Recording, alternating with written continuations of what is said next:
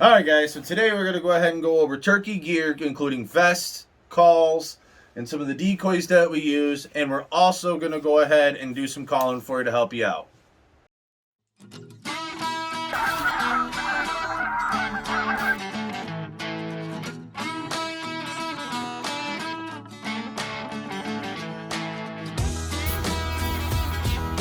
That was fun. And 7 birds come in, they gobbled hard this morning.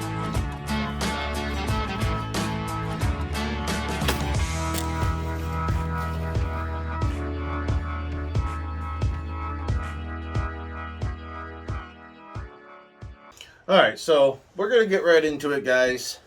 We're going to start out with the turkey vest.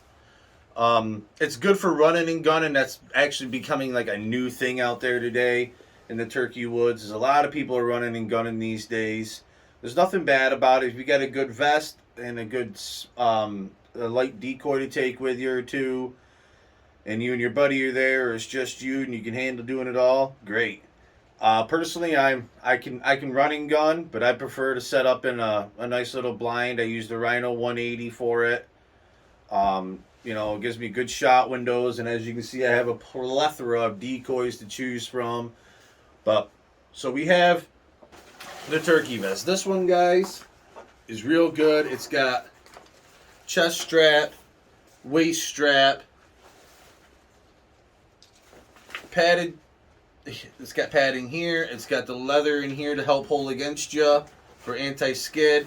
It's got padding back and lower back.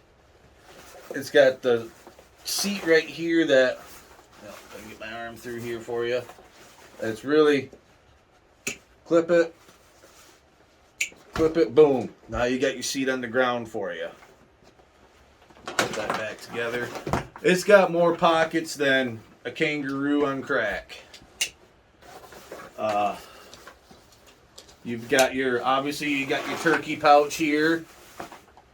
And then this one actually has your safety flag right here.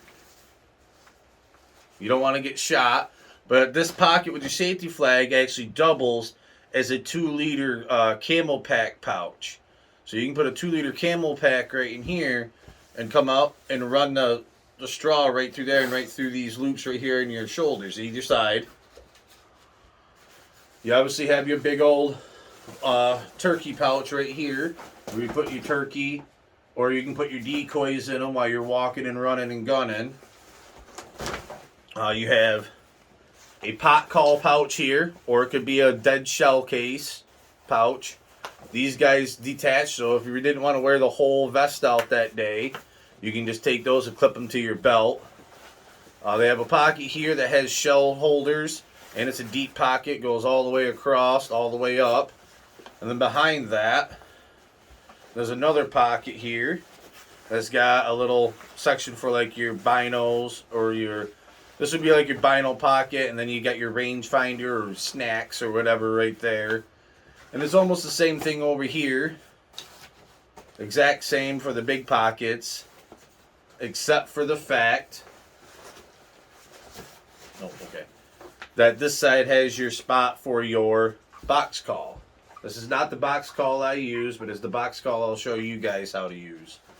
Then you have 2 places on each side for your drink of choice or your spit bottle or whatever you want to take out with you. But this was priced at $80. It's one of the first turkey vests I've ever bought, just because this year I want to try to do a little bit more running and gunning. But yeah, I mean, it's simple enough. Calls. That goes there. It's even got a spot for you to stick your striker. I don't use these, but I wanted to bring every call that we had for you guys out. Mouth calls, I just throw right in here. And a gobbler call, and we'll talk about that a little bit later.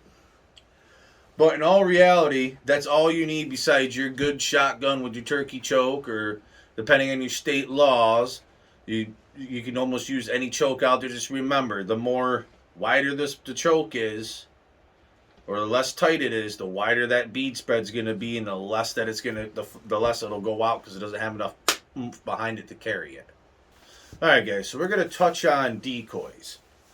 Now there are a plethora of decoys out there, and almost every single type of decoy you can kill a bird over, as long as you're talking that sweet, sweet turkey talk to them. I started out with actually inflatable decoys that are like really heavy balloons that you blow up. I've killed birds over those. I've killed birds over the foam decoys. But as you're going through your hunting career, you should strive more and more to get better gear. If the gear that you have is good, but you're worried about it breaking down more over time than anything better. And I always go for the more realistic you can get, the better it is. So we've got these hens right here. They're a matching set. These are just your regular old, I can't remember exactly what they call them for a hen, but it's just your Primo hen from the Primo's brand. Nothing, I think they cost anywhere between $30 to $50 a piece. And I mean, in all reality, you span that over the course of a whole summer after a whole summer after turkey season, because you got a fall turkey in most places as well. You can buy one bird per month and not even realize you were able to buy it, and it's easy as it can be. Order them online all year round. You'll probably be able to find them even cheaper come like July at places. But they got a simple metal stake set up down here. Just goes into another one that sticks in the ground with a footstep on it. And then they have a wing nut on the top. Mine are a little dingy right now. I need to wash them off. They've been in storage. But I'm not going to show you guys something that I don't see anyways. And they have a stake. You have an option to put the stake in here, which makes it sit kind of more upright. Or you can take your stake, pull it out, move it over. Yep. Move it over. There we go. And you can almost turn it into a feeder. Quite simply just by moving that couple of inches right there. Because now, when you hold it, it sits down more like that. And obviously, if you don't screw this all the way in tight, when the wind catches, the wind will help move them. Pretty nice little hen decoys. They work great. I'll never go to a different type. I don't see the purpose. I'd like to get someone some better bronzing color on them. So I might switch to the grind eventually. But I'm not going to tell you to go out there and spend $300 on a decoy. I'm not going to do it. I wouldn't do it. I wouldn't expect my viewers to do it, or people that are just passing through trying to learn a little bit about turkey hunting. So now we'll move on to one of my jakes. This jake has actually got a pretty extensive setup on it. If I can get it out of my pegboard here. This is the half strut or quarter strut jake by The Grind. Now I like this one for several reasons. It's got great color. You can see the blue, the white, the red. All American bird right there. It's got a decent sized beard on her. Just to throw that out so the other ones are like, ooh, look at that. My biggest thing about this is, I don't know if you can catch it in the camera when I turn it, but is the colors on this thing are ridiculous. The bronzing on it shines through good. And on the back here, the blue that comes off in that pearlescent blue and bronze that coming off in that, ridiculously beautiful on a nice misty morning on a spring morning when this thing just gets a little bit of water on her, a little mist and it wets it down, and then the sun comes across it and it moves. Whoo, boy, that'll make you pretty in the morning. But the only other thing that's really kind of extensive about this decoy is this has a motion stake under here. And this is your motion stake. Okay? This is inside the bird, the decoy. Bird decoy go right over top of it like this. I plan on taking this one and putting it in my full strut. And it spins, this engine spins like this. This won't move, but this actually turns around. So when you're in the field, and it takes your little battery packs right there, sorry guys, it takes 4 AA's, and a watch battery inside your remote for it. So when you're in the field, and you got a bird that's hung up, or you want to add some life to your setup, you hit that button, and this bird will spin like that, go to a certain point, and then it'll come back to the start point again. Now the great thing is on the remote, if you hit the button on the remote twice, it'll move it the way it's supposed to, and then if you tap it twice, it'll stop right there and turn back the other way. So say if you got a bird that's hung up, and this guy is looking almost at it, but your one that's hung up's not doing anything, well, you turn that bird away to tell the live bird, I'm not worried about you. But then that bird goes ahead and puffs up, scratches, drums, spits, or gobbles. Well, then you could turn this guy right back around and go, okay, I see you. What do you want? And try to entice it to come in to actually take on your Jake, or to come in and steal the 2 hens you have to add to its harem.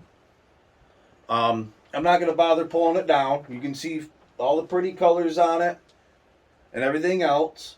That's the full strut by Redhead. You can get it at most of your Redhead. I do believe is like the Cabela's, one of the Cabela's brand names that they have. It's a nice one. I haven't used it yet, but the motion stake will be going into that, so that fan I can get moving back and forth to act like he's strutting, real strutting. It's got great colors. It's even got the nice stripes, feathers coming down out the bottom down here with this going with this puffed up and ready to rock.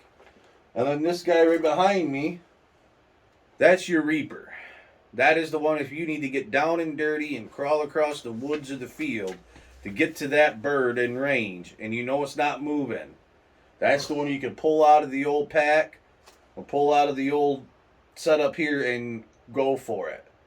But it's also the one, there's a little flaw on it because it's got 2 big old screws to go through that fan. So you can't collapse the fan down. So once it's together and up like that, it has to stay together and up like that. That's the one you'd have to put together, keep it up, and in the blind with you, or literally put behind the tree or somewhere with it. But in my case, I don't feel that safe. You know, there are hunters out there, and I've seen it 100 times on YouTube and other videos. Hunters sitting against a tree, calling away, and another hunter comes along and shoots that other hunter because he thinks he's a turkey. Because he saw a motion and then heard the noise. So he just automatically pops it through a brush line and ends up shooting a dude.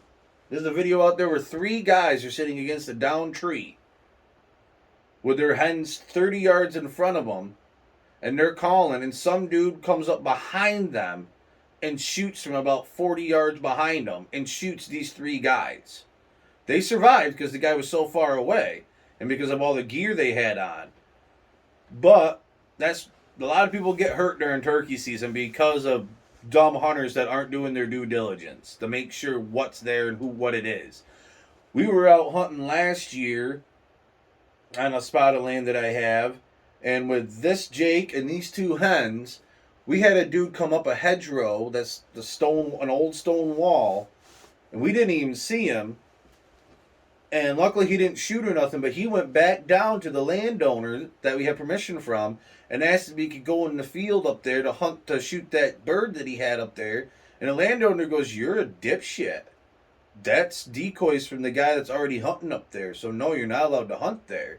And we didn't find that out till we came back out of the field to say goodbye to the landowner and let him know we weren't going to be there no more.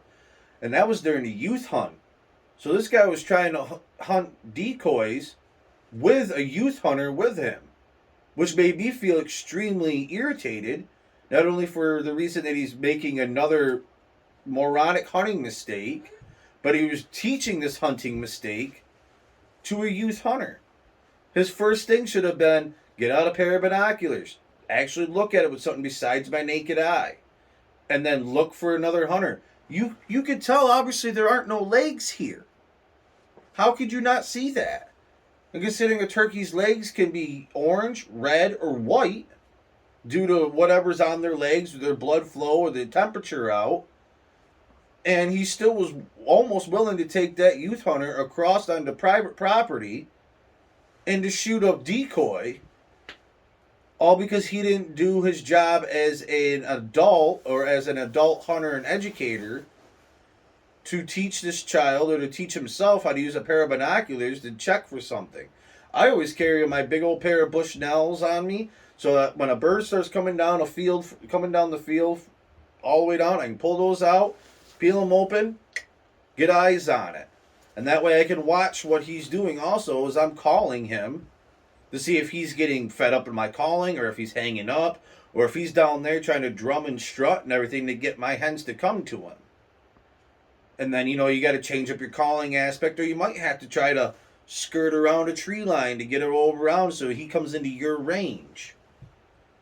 But that's what we have for decoys. We got the primo hens, we've got the grind struts, we've got the red hat full strut, and we've got the reaper. I don't remember what company makes the reaper. I used it twice. So yeah, they're good decoys though, guys. I would suggest any of these ones here. Alright guys, so now we're going to get into some of the calls and what they sound like, and I'll actually teach you on some of them how to make a couple of decent sounds that should bring a bird in. I'm not going to guarantee it will. There's no guarantees in hunting. Your bird might not like what my bird's like. You might be down south and facing a different type of bird. They say the hardest turkey to hunt is the eastern turkey, which is what we have here in northern New York. So we'll start right out. I'm going to scoop my butt up here. And we'll go with the good old pot call. I made myself a neoprene case for it so it doesn't get all watered up or anything when it's out in the morning or running around. Or if I fall in a swamp or something, this stays alright. I just took a pair of old neoprene waders that we had for duck season and I cut a couple of squares out of them. And then went ahead and sewed up one side and then cut the neoprene so it get the nice bend in the bottom here. And then I took the Velcro off in the chest pocket of them and went ahead and sewed it on. And this is all done with fishing line so that I know it was super strong and durable. So we have the Strut Select. We have no affiliation with them. It's just the one that I have. It's a pretty call. I like it. It's got I want to call it stacked laminate striker, but it's a striker anyways. It's the one that comes with it. Now you can hold your call in several different ways. You can hold it like that. You can move a couple of fingers down. I know some people that literally sit here and they hold them like dainty. I like to take mine, put it in my center finger and my thumb, just so I know I have a good control over it. And then it's as easy as you just hold it at a slight angle. Now that would be your basic key. Just a pop, pop, pop, pop, pop, pop, pop. And then you have your clucks. Your clucks and spits.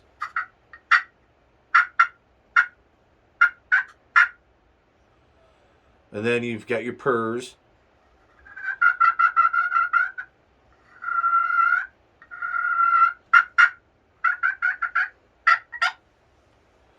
And obviously, if we get closer to the sides, it changes the tone.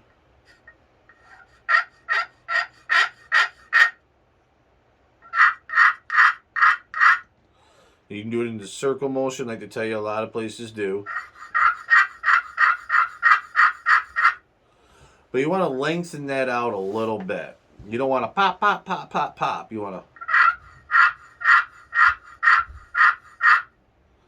get that key or the yelp in there a little bit longer.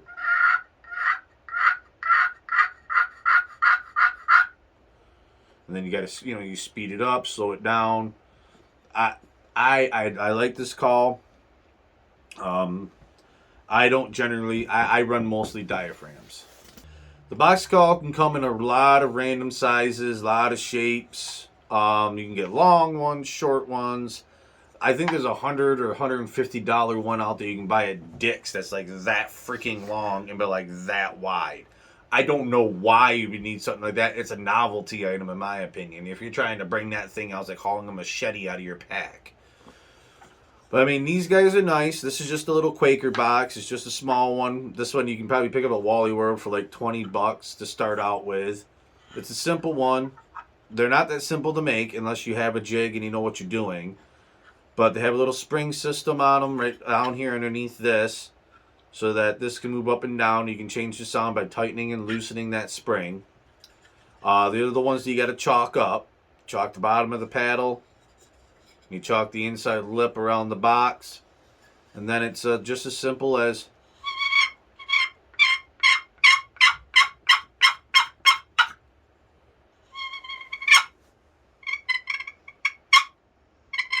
there's your little purr and cluck.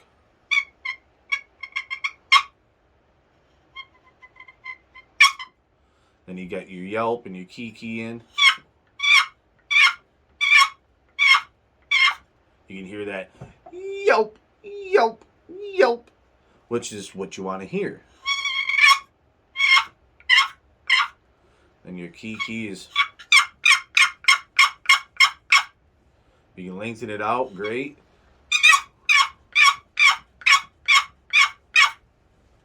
That'll make birds come a running as well. Box call is great for guys that can't pot call and can't mouth call. They're a great option. It's simple. It just fits right in. You can carry it. I do suggest that you either get one of the old muzzle loader holders for your powder and primer and everything, and have your piece of chalk in there so you have it and it stays dry. I also suggest that you have it so you'd have a rubber band around here. So when you're walking, it doesn't do that number on you when you're walking. But box calls are great to have. You can tone them out. I'm actually trying to make my own this year so that I have a custom. I prefer to have custom pieces. It's just who I am. I feel if I make my piece, it just means more to me. I'll take care of it more. And it just adds a little more, I'm just going to say it, magic to the experience. To sit there and be able to call in a bird, the call that you made. Now you're putting that bird's fan up on the wall and you're sharing that harvest with your family and friends. And it's all due to basically everything that you made with your own two hands. There's nothing better to me in the world. That's why I make duck calls. I make my turkey calls. I make my deer calls. It's just something to me about adds just a little more nostalgia to the story. And if nothing else, at the end of the day, that's all you're left with is a story to tell a generation from now. So I'll touch the mouth calls here in a minute. I'll just go into this push button one real quick. This is a push button yelper by HS Strut. Personally, I don't have one of these. This is the producers and juniors. Same with the next one I'll go into. I'll leave the mouth calls for last because those are the ones I'm most experienced with. But this one's as simple as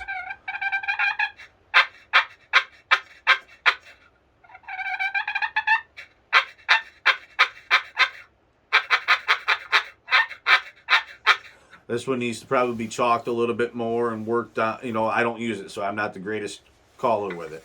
But it's a pretty simple thing. I'll pull it out and show you. All it is pretty much, it works the same premise as the box calls do.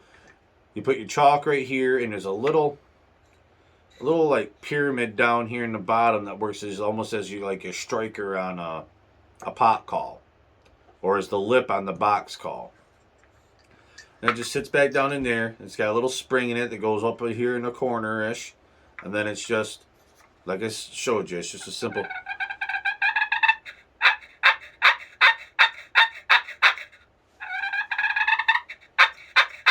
Personally, if I was in a blind and I was going to use this would be the one that I would use up close. Because to me, it doesn't sound like I can get it really loud. That's about as loud as I can get it to. Where with a pot call or a box call, I can get that thing loud to send it all the way through the damn woods all day long. And then we have the HS Strut, because apparently the producer likes the HS Strut brand. It's just what she gets. We had the Thunder Twister Gobbler Call. Now, this is all right for a locator call, maybe a last-ditch effort on a bird or tom that's hung up and just won't come in because he's just not that enticed. But this one you actually have to twist to open it up.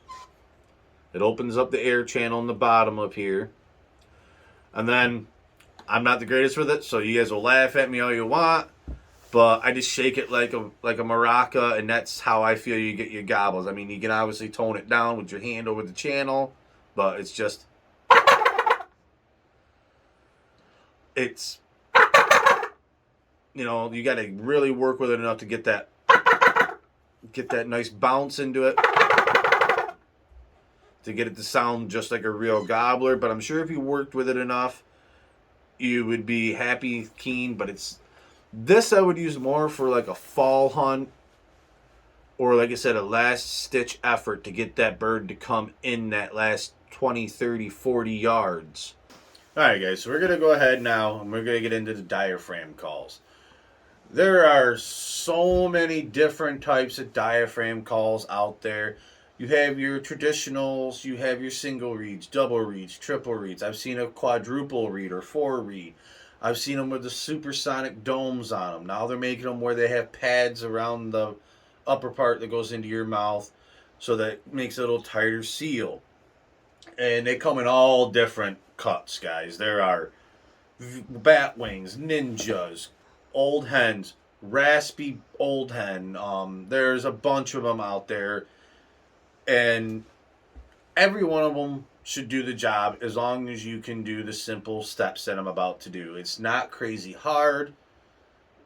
You can customize how big and how they fit in your mouth, and almost every single one. They leave the tape a little long on them so that they can fit up in the roof of your mouth, and you can send the air over top, so it makes the actual latex reeds, as they call them, vibrate to make the noise.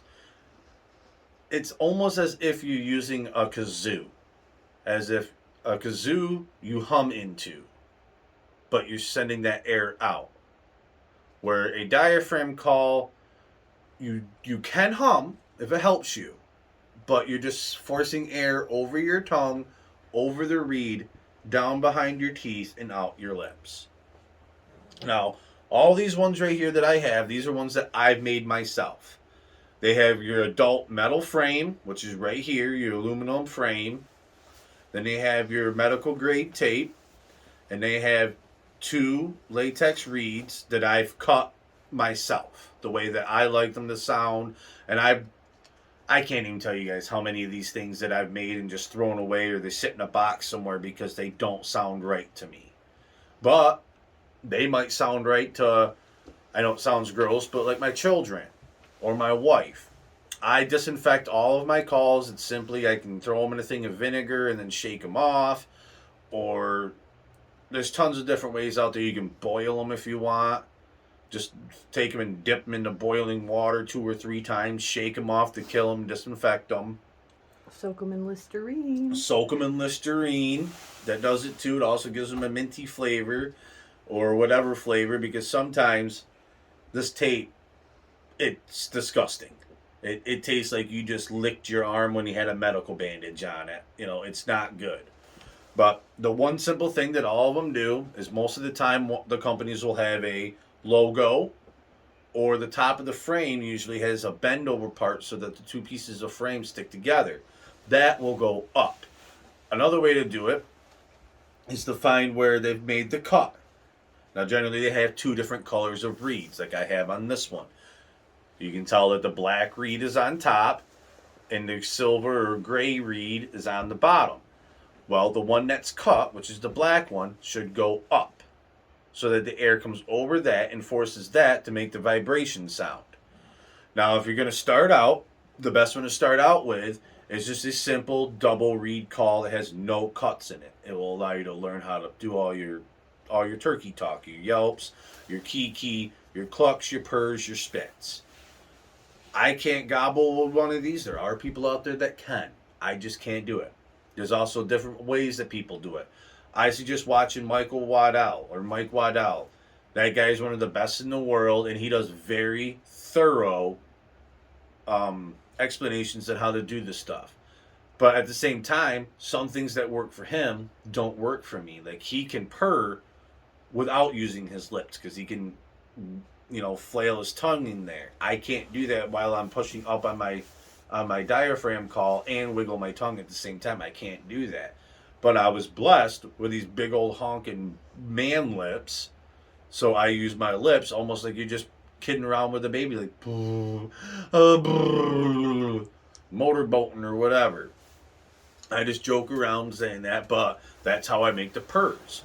So I'm gonna go ahead. This is one of a rant. It's got an R because it's a random one that I made. I just made a call and I just cut a bunch of triangles and little slices into it to see what it would sound like. It's not bad. It's not the greatest I have, but it has a good tone to it. So you'll take it, put it up in your roof of your mouth, like I said. Apply pressure with your tongue, and the more and the less pressure you put on it with the tongue will change the pitch of your call. Get it up in there, make sure it fits. I sound like I have a lisp, but and then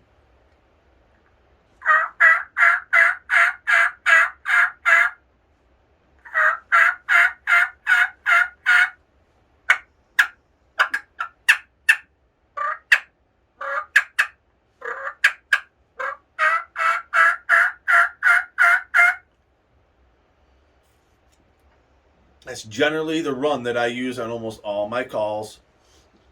I'll do that whole set or I'll do portions of that set. Now, like I said, I'll do other ones, other calls that I have here to tell you so you can hear the difference. Like this one, you can hear it has a little rasps to it, but it has a decent high note and a decent low note to it too.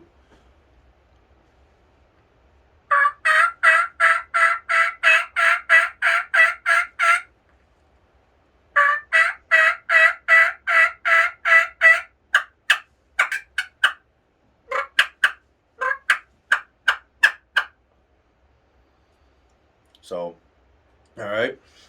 So we'll just, now the next couple here, I'll just go through basic ones. That's the whole run of my calls that I'm doing out there. I went from a key to a yelp with a cluck and a purr, and there's a little putt in there. Now this is the one that I make called teeth. It's just almost like that one, but the cuts in it are a little more spaced out, a little more refined on my angles. And with this, I'll just go ahead and do the yelps or the key. I'm not the greatest. I'm not a world champion callers guy, but this is just so that it helps you, ladies and gentlemen out there that might be new to it, young kids that, as I can tell you from experience, kids may not let you. The parent that can be a world champion caller, and that kid might not take a word that you say as a parent. But a buddy of theirs or a buddy of yours, even an uncle or a friend of the family's could come over and tell them something, and all of a sudden it just clicks. So this one's just my teeth one that I call it because of the way that these are cut in here like vampire teeth. And then up in the mouth like usual.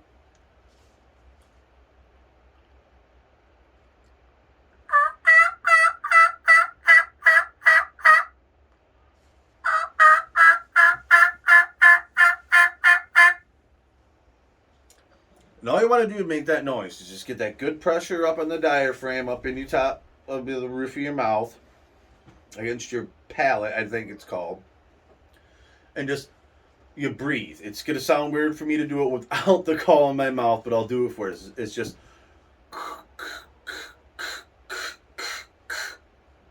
And that's all I'm doing.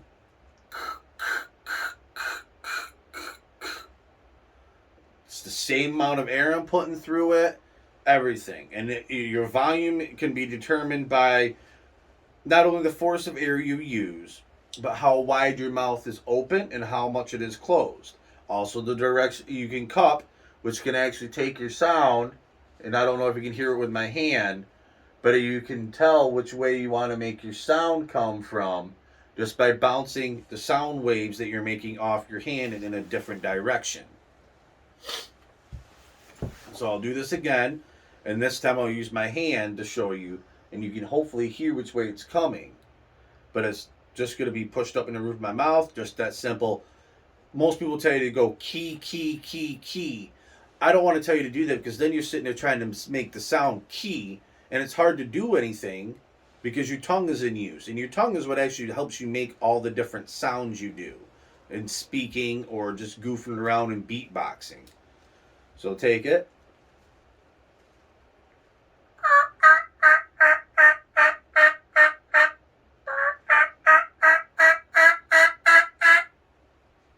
That's it. All I'm doing is putting it in, going. Just the airflow over it. All right, that's That's the kiki or the yelp, or I don't know exactly what to call it, guys. It's just my beginning of all my calls, especially early in the morning when I want to hear that gobbler go off. Now we'll go into like I'll just do a couple of clicks and putts or spits and putts or whatever you want to call it. They're not anything fancy, but a lot of it is to show let the sounds of a contented hen.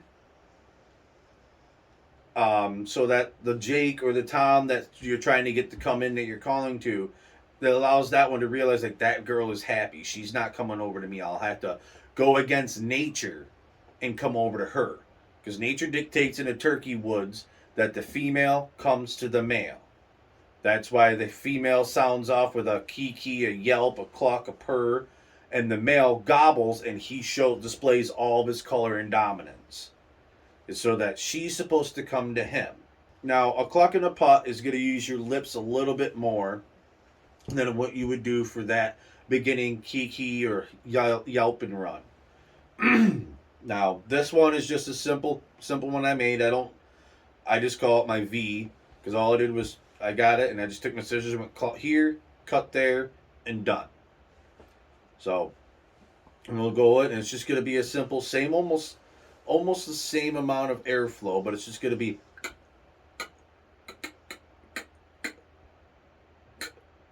and that's going to be your clicks. And then with your putt, you just go, and you're putting that air as if you're beatboxing. That's almost what you want to do when you're doing combining the clicks and the putts together.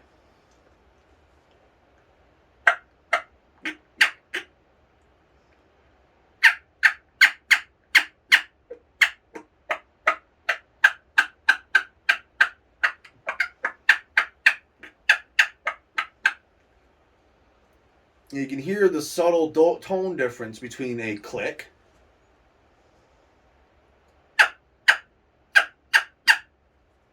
and a putt.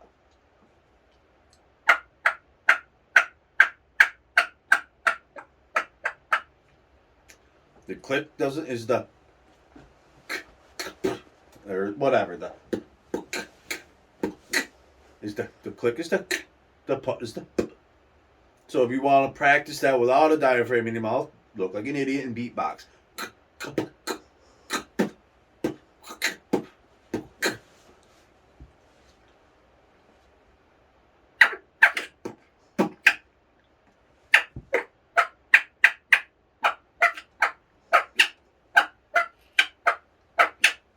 And it sounds stupid, and I'll admit it to you guys. I probably look like a fool and you guys are sitting there laughing. But you'd practice that, and before you know it, you'll be beatboxing with your diaphragm in your mouth, but you'll be doing a cluck and putt run with your call and not even realizing you're doing it. Now we'll go to the purrs. Purr is going to be probably the simplest thing to teach you guys. It really will be. A purr is nothing but going,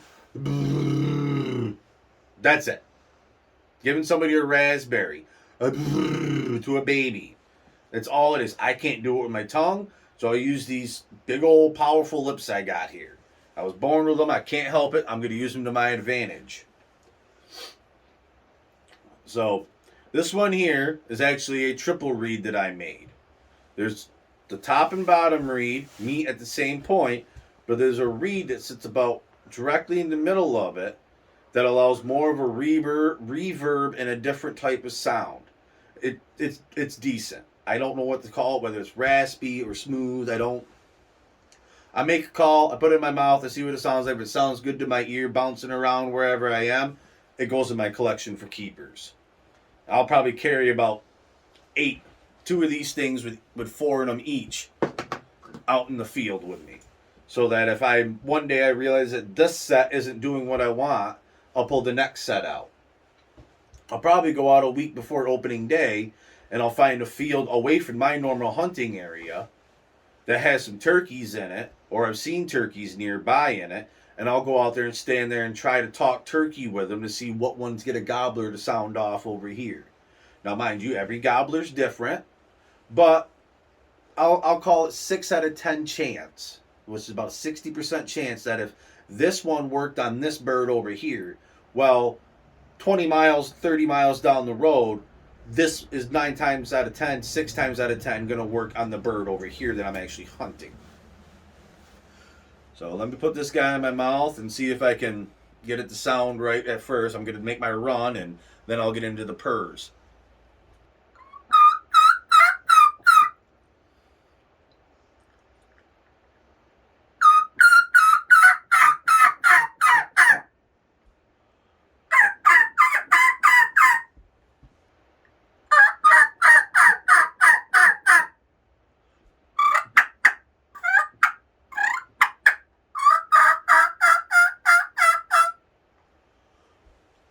I'm actually going to switch up. This one takes a little bit more for a purr, and it's really high pitched, super high pitched for those. Just sounding like a young hen. It's for some of those woods that you just don't hear sound, the dense woods, and sound just doesn't carry very far. Well, a couple of those, that nice little couple of high pitch of pop pop wop wop wop wop, that'll work decently there. I'm going to put teeth back in. It's one of my actual favorites. All you're going to see when I go to make my purrs is I'm going to cluck or I'm going to putt. And then I'm just going to do the whole raspberry thing with my lips while just holding a note. Just, it's nothing fancy, but it's what you do. And every time you do a cluck and a putt run, there's going to be a purr somewhere in there. Because they're going to be like, pop, cluck, cluck, purr, pluck, cluck, purr, pluck, cluck, purr. That's what a contented hen sounds like. They also have a fighting purr, which is just cluck, cluck, cluck, cluck, purr, cluck, cluck, cluck, cluck, purr. And I'm not going to do that for you guys. Why? Everybody comes running to a fight. Got it. But if two hens are fighting, chances are that bird you're calling in is not going to be the only male bird that has come running. So unless you have the extreme dominant tom of that area, he's not going to give a shit. Plain and simple. He's going to be like, those two girls are over there fighting each other. It's a girl fight. Can I see it from here? How far away does that sound? It's worth getting shot in the head for, maybe. But then again, you might have birds on your property that are like, I'm running to that. And if you want to fight in purrs, you can look them up. I just don't ever use one. I don't have super aggressive toms on my land that I hunt. At least not the ones that I've had for the last couple of years. We got a new piece that I'll probably be going and looking at this afternoon. 141 acres. But we got to walk the entire 141 acres. Try to find sign. So we'll do the purr now. Hit the diaphragm. Put it up and in, just like I told you. And then it's just the beat box, and then the brrr, almost like the downgrade in I can't, trap electronic.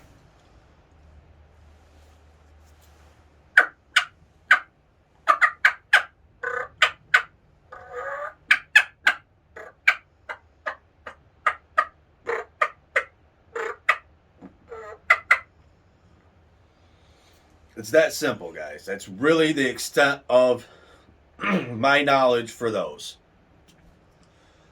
You can get, like I said, mouth calls in any shape, size, or form. They make pot calls that already have little covers that go over top of them that literally teach you how to make those sounds that you want to make. Box calls, they come in many varieties, shape, color, size, different brands of wood. There's 1,000 of them out there. Everybody and their cousin has their own idea that turkey hunts about which one is specifically right. Same with both of the other calls. Every turkey call out there, you're only looking to make 4 sounds. 5. You're gonna look to make a key, which is your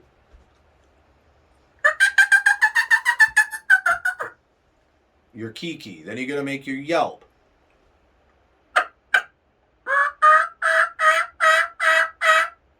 That's your yelp. Then your clucks and your clicks and your pucks.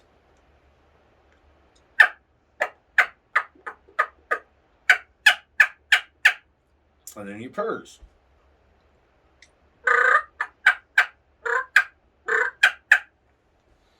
Those are really the only 5 sounds you need to hunt to kill a bird. You can make any of those sounds on a box. Here's your kiki. Here's your yelp. Here's your purr.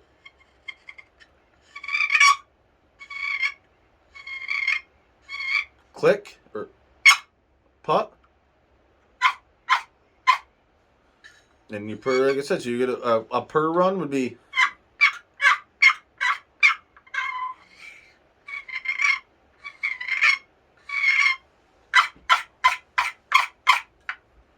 You know, you can do the same thing on your push call.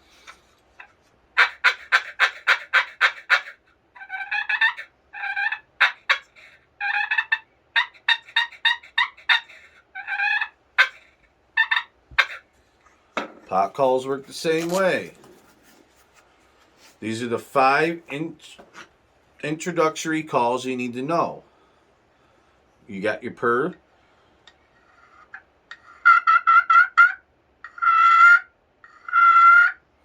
You got your yelp. You got your click. You have your putt. Then you have your kiki. You know, kiki usually is in a small oval on your call. A purr is going to be almost like a straight line with a, and you want to throw a click or a putt in there, you just.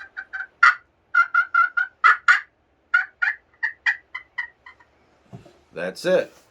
Those are the calls you'll need in order to take a bird out of the field or the woods this year, guys. That's all the gear that the common man uses besides his blind and his chairs. You've seen the blinds, you've seen the chairs.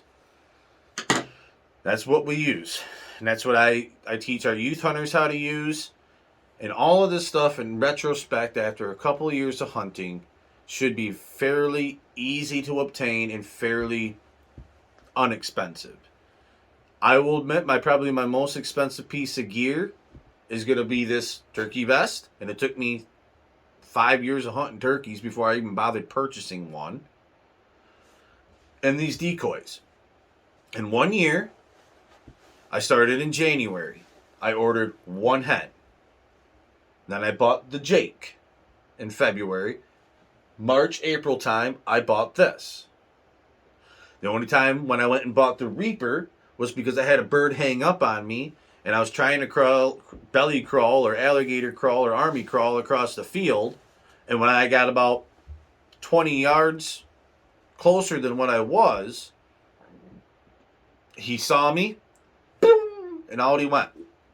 So I bought the Reaper, so in case that ever happens to me again, I have that adaptability. No, that's not the word I'm looking. Adaptive ability in order to get that in there. And then I bought this one this year because I've been dying to have a full strut decoy. And every time I saw them, ladies and gentlemen, boys and girls, and there's nothing wrong with them. If you use them, you've had success, more power to you. But are the ones that, from the front, they got the big old chest. But they're only about that thick. And then it's a fan, like these guys, right behind it. In my opinion, what is that tom or that hen that's drawing a tom with her going to think if they're staring at it straight on, and then all they do is come to the side 2 or 3 feet?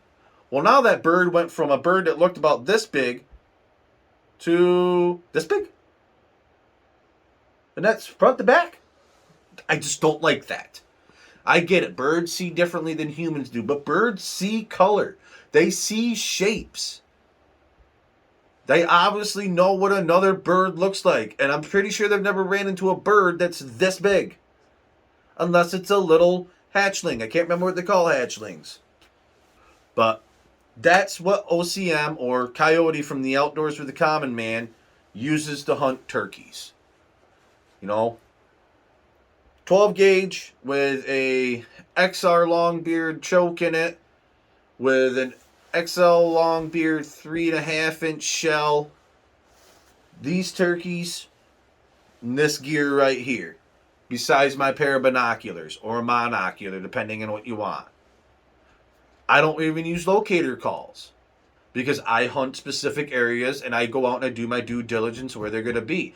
The night before I go out, almost every opening morning, or the after I get off work and I'm going to be able to hunt that week, I will go sit that night from about, depending on the time of year, 2 to 4 o'clock in the afternoon until it's dark and see what I can see and hear what I can hear.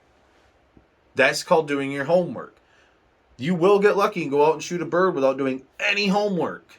Just show up in a random area. But there's times you'll sit there for 3 weeks straight in May, which you only get 4 weeks of hunting, to get 2 birds and never hear one or never see one. And that doesn't mean they're not there. That just means that they don't care about you. They're going to go somewhere else where they go to feed, because when one comes out of the tree, hits the ground, it almost immediately starts feeding. And they feed in a circle almost all day long. Then they end up almost at the same roost tree again, or damn near to it. This might not be this tree, but it'll be the tree next to it. Because a turkey generally thinks like this. Comes down out of the tree, she or she. Oh, kind of snacky, grabs a snack. Gets going, snacks a little more. I think I might find a different place to live. That tree wasn't too comfortable last night. Well, it's better time to find that place to go. Snacky. All right, well, and now they're back at the roost tree or a tree right similar next to it. Oh, best they better jump back up in there now. Boom. So in the morning time, bird comes out of the roost, and it comes over here, and you're sitting here, and you spook it, and it runs this way. Well, if you can get down here and around this other part of its circle and set back up, you might get lucky. But us, we can only hunt till noon, so this whole afternoon loop, evening loop, is closed to us. We have to wait till the next day to try to catch him again. And obviously, turkeys are dumb, but at the same point, they'll remember small details. And a detail of seeing a thing here that wasn't supposed to be there, that's normally not there, well, now he might take that loop and make it wider and cut it more here. Or he might take it and make it smaller and cut it wider over here. Just a little food for thought. Here's another thing for you beginner turkey hunters out there. And I'm going to use this because it's a good representation. This looks like the feet of a turkey. Okay? Now, you have your main run of the toe and the 2 side toes or claws or whatever you want to call them. A hen, all 3 of these will be about the same length. So when you're walking down the turkey woods and you're looking for sign, and you see one that has all about the 3 lengths at the same time, that's going to be a hen, generally. 9 times out of 10, going to be a hen. But a tom or a jake, this middle toe will be longer for fighting. Not only with the spurs, but they kick up and claw as well. So this one goes out a little bit further to act like a little raptor claw. So when you're walking around and you see one that has the 3, but the middle one's longer, you're running down the path of a tom or a jake. Now here's one other little tidbit for you guys that I found interesting when I learned it. Most of the time when you run out into the field and you're chasing an animal and you're looking for signs of the animal, scat, poop, back end business, they're generally almost the same. Rabbit poop almost looks the same exact. Most birds poop the same. Looks, the male and female's scat looks exactly the same. Dogs poop looks the same. A little different with deer. Generally does have more of a loose scatter of pellets, where a buck generally has one that's real clumped together. It's still a bunch of pellets, but it just seems to be more compacted, clumped together. Turkeys, it's different. If you're walking around and you see scat, look at it. If it looks almost like a J shape or like a Nike swoosh, that's generally a jake or a tom. Almost 10 out of 10 times. A hen has almost a Hershey kiss or a curlicue pile of poop. So that'll let you know whether there's more jakes, toms, or hens in that area. Especially if you find a roost tree, because turkeys are like chickens. Well, they get it in the tree and they just poop. But their poop resembles more of like a goose poop, which is weird, but it is. It's more like a goose poop where it's one long pellet, I'm going to call it, because I don't know what else to call it. But, so it falls out of them and hits the ground. Well, if it didn't blow up on impact, it stays together. So if you find a tree and it's got a bunch of turkey poop around it, that's the roost tree. So that means if you find that tree and they're not in it at that moment, hopefully they're not, you can walk, 40, 50 yards this way or the other way, and you can watch them come back. Or watch them come down out of the tree in the morning. Hopefully you're in the path where in the morning when they jump out of that tree, bam, you're going to go ahead and hit that guy. Now, that's all I know. I don't know how to tree call. I don't know any of those special little calls. You see a bunch of professional guys do it. Remember, because I'm not a professional. I'm the common man. I'm finding ways to do this sport cheap and effectively, and then passing that knowledge on to you guys. But that's all I have for you guys today. I'm sorry, I wish I had more, but that's my in-depth look at turkey hunting. I hope it does you guys a lot of good. Don't forget to catch us on Instagram, Facebook, Twitter, and leave us a like and comment down here, guys. Don't forget to subscribe. So, catch us next time, guys. I hope you enjoy, and as always, catch you next time.